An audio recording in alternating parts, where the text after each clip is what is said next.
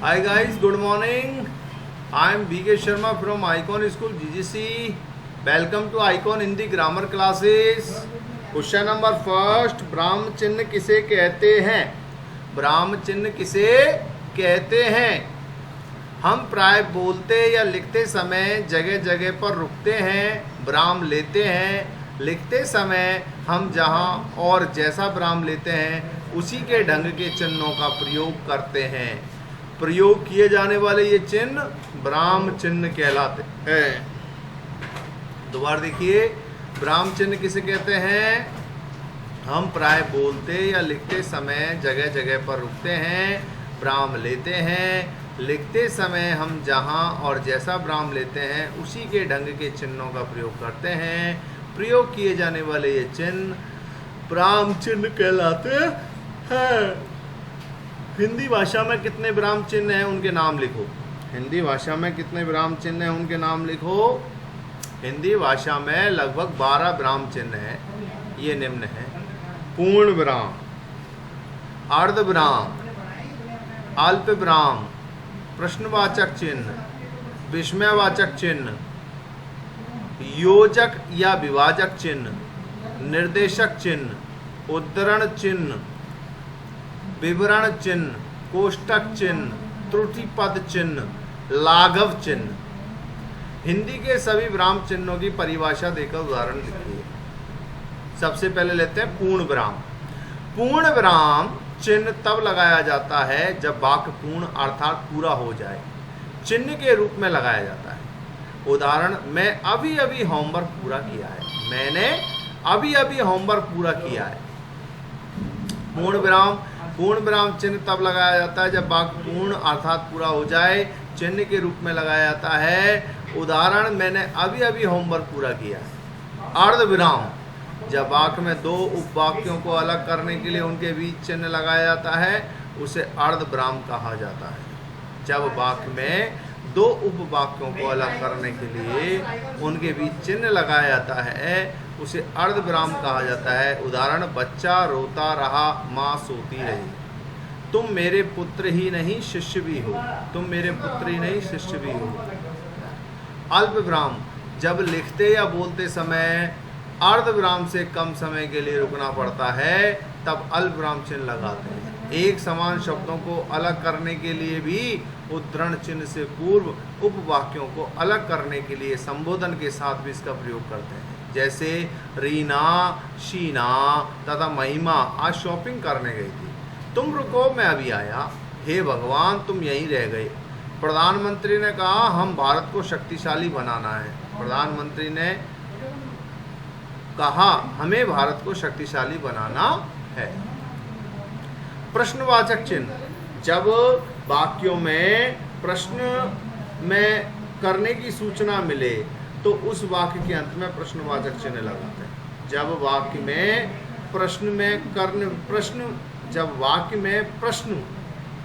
करने की सूचना मिले तो उस वाक्य के अंत में प्रश्नवाचक चिन्ह लगाते हैं। तुम अभी जाओगे या बाद में? तुमने आज यहीं क्यों नहीं आ जाते? विस्मयादिबोधक चिन्ह जब वाक्यों में विस्मय के भाव हो, जैसे हर्ष, शोक, घृणा, विस्मय आदि को व्यक्त किया गया हो, तब विस्मयबोधक शब्दों के साथ विस्मयबोधक चिन्ह का प्रयोग करते हैं। जैसे, हे प्रभु मुझ पर कृपा करो। वाह, विराट ने मैच बचा दिया। दोबारा देखिए, विस्मयादिबोधक चिन्ह जब वाक्यों में विस्मय के भावों जैसे हर्ष, शोक, घृणा, विस्मय आदि को व्यक्त किया गया हो तब विस्मयबोधक शब्दों के साथ विस्मयबोधक चिन्ह का प्रयोग करते हैं। जैसे, हे प्रभु मुझ पर कृपा करो। वाह, विराट ने मैच बचा लिया। योजक चिन्ह वाक्य में जब समान या विपरीत शब्द एक साथ आते हैं तो उन शब्दों के बीच योजक चिन्ह लगाया जाता है। जैसे, माता, पिता, छोटा, बड़ा। तुम फूल सी हो, तुम्हारा चेहरा चांद सा है। धीरे धीरे, कभी कभी। निर्देशक चिन्ह वाक्य पूरा होने या किसी कथन के पश्चात जब उससे संबंधित उदाहरणों की और संकेत या निर्देश किया जाए तब निर्देशक चिन्ह लगाया जाता है। उदाहरण, महात्मा गांधी ने कहा अहिंसा परमो धर्म है। हमारे देश की प्रमुख नदियां हैं गंगा, यमुना, कावेरी, गोदावरी आदि। उद्धरण चिन्ह के एकल उद्धरण चिन्ह, दोहरा उद्धरण चिन्ह। एकल उद्धरण चिन्ह किसी विशेष व्यक्ति, पुस्तक या वस्तु का नाम अथवा उपनाम के साथ एकल उद्धरण चिन्ह लगाया जाता है। जैसे सूर्यकांत त्रिपाठी निराला रामचरितमानस महात्मा गांधी को देश बापू के नाम से पुकारता है। दोहरा उद्धरण चिन्ह किसी कथन या वाक्य को बिना किसी परिवर्तन के लिखने पर दोहरा उद्धरण चिन्ह लगाया जाता है। उदाहरण, लाल बहादुर शास्त्री ने कहा जय जवान जय किसान। तुलसीदास ने लिखा आपातकाल परखिए चारी, धीरज धर्म मित्र अरु नारी। आपातकाल परखिए चारी, धीरज धर्म मित्र अरु नारी। विवरण चिन्ह लिखे गए वाक्यों के संदर्भ में कही गई बात या दी गई सूचना या किसी परिभाषिक शब्दावली के भेद, प्रकार, शीर्षक, उपशीर्षक को दिखाने के लिए विवरण चिन्ह लगाया जाता है। उदाहरण, आतंकवाद एक अभिशाप है। कोष्टक जब किसी कथन को भाव के साथ प्रकट करना हो अथवा किसी कथन को और अधिक स्पष्ट करना हो तो वहाँ कोष्टक चिन्ह लगाया जाता है। उदाहरण, भीम ने क्रोध से तुम्हारा इतना दुस्साहस। साकेत मेदिनी शरण गुप्त एक अच्छी रचना है।